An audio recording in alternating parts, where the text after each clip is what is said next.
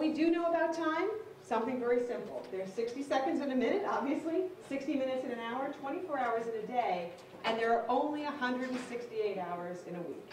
Now, 168 hours might sound like a lot, but when you start taking off hours of sleep and taking off hours in class, the number of hours that are left many times can get down to being less. And if we start to waste some of those hours, and I'll put quotes around waste, it ends up being a little bit more difficult to kind of capture the time that you actually need to be successful. And really using our time to the fullest and the best way that we can is what really makes the difference between somebody's academic and personal success. Again, not just here in college, but well into the future as well. So you can really break time down into three different areas. One is committed time, one is maintenance, and one is discretionary time. So when we think about committed time, this would be going to meetings, and I'm not talking about arbitrary meetings, I'm talking about important meetings perhaps with a professor, meetings with a physician, important meetings that you really can't change. These are activities that you have no control over. If you have to meet with a professor at 3 o'clock, that's when you have to meet with the professor. Your class schedule, whether you like it or you don't like it, the fact is it is right now what it is, and you can't change. You can't suddenly go in one day and say, you know, Professor, I'm not really a morning person. Can we change the class time till 3 o'clock in the afternoon? It might be nice, but unfortunately they can't do that even if they want to do it as well. So your class schedule is your class schedule. Many of you probably have family obligations, and again, it's committed time. It's not really flexible time. You may have to do something at a very specific time.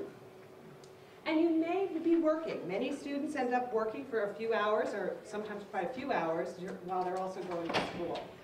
We don't recommend that you work over 20 hours a week, particularly if it's off campus, because it really does start to break into those hours of time. And trying to go to school full-time and work full-time can really pull you in a lot of different directions. So work is considered a committed time.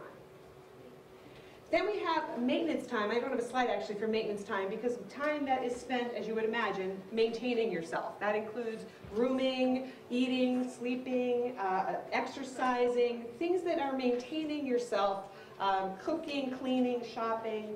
I do put a little asterisk next to some of those, including grooming and shopping. They're important, but you can spend 10 minutes grooming, or you can spend an hour and a half grooming. And again, if you're tight with time, you want to start to manage it so that you're spending less time staying clean and staying groomed, of course, but trying to cut out some of the wasted kinds of time. And certainly shopping, the difference between maintenance shopping, which is I need to make sure that I get to the store and pick up the bread, the eggs, the milk that I need, is different than, oh, on Saturday I'm going to spend the weekend at Roosevelt Field. That's a different kind of spending shopping. That would be excessive kinds of shopping. And then the last one would be discretionary activities, and discretionary activities would actually be that day at the mall. Those are the events that we do have control over. We can make control over whether or not we're going to the mall. We can decide how much time we're going to spend on the phone. We can spend 10 minutes talking to somebody, we can spend 5 minutes, or we can spend hours on the phone. You can really have some control over the number of hours worked. And particularly if you know something major is coming up, you might want to cut back on some of your work hours. The number of meetings you attend, I said meetings were fixed times, but I'm sure all of you have been to meetings at some point that you kind of went with because your friend or your roommate decided that you should attend, and you kind of go along with them, and it's a waste of your time to go to those kinds of meetings. And then clearly one of the biggest time wasters is TV and internet time. I'm not against using the TV or checking in with your friends on Facebook, but I think you all know that there's always that time, at least once, when you sat down to watch TV and it becomes a mindless time. Hours later, you've seen the entire segment of American Idol since the beginning, or you've been on the internet and you go in to do something for class, so it's an appropriate use of the internet, and before you know it, you're Googling something and off to something else, and hours can go by, and you look up and you can't believe how long you've actually been on. So there's a difference, again, between utilizing your time to do what you need to do versus really using it in discretionary time. What's important about it? The keys here are setting your priorities, knowing what your priorities really are, what's important to you, and how can you really reach those priorities.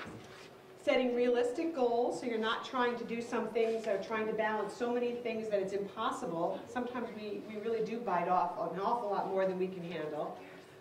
And then really, again, knowing how to utilize your time. When we talk about priorities and goals, you'll notice on this slide that I have setting your priorities, setting realistic goals, and best utilization of your time. This is because I can't set your goals, no one can. It's something you really have to do personally. And utilizing your time, it's your time. I can tell you, I can give you strategies, which we'll talk about in a few minutes, but really it is ultimately up to each of you individually. So keep in mind that there are going to be certain things we'll talk about that we hope will be able to help you to really utilize your time the best way.